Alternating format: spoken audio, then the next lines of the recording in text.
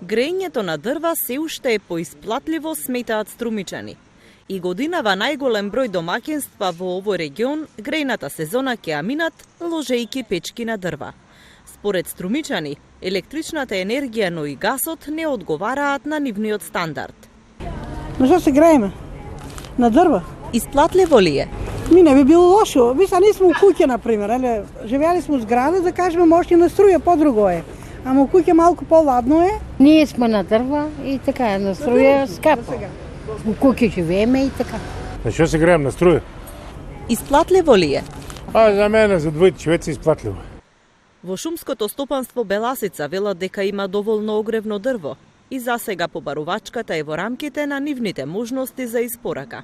Граѓаните досега речиси целосно уплатените дрва што ги има во подружницата се подигнати и испорачани.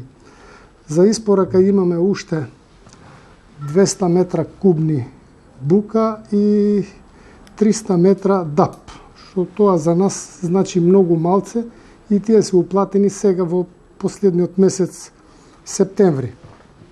Значи, ова година производството беше исто така како и претходната година, не можам да кажам да е нешто повеќе или помалку, бидејќи ние работиме согласно плановите, посебните планови и не можеме повеќе да стопанисваме отколку што ни дозволуваат плановите. Просечно семејство користи од 3 до 10 метри кубни дрва за грејење во текот на една сезона.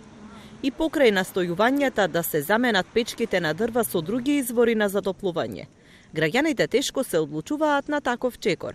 Струмица изминативе години е на врвот по загаденост на амбиенталниот воздух во текот на зимскиот период. Една од причините за високата загаденост, според надлежните, е токму од грејењето на домаќинствата.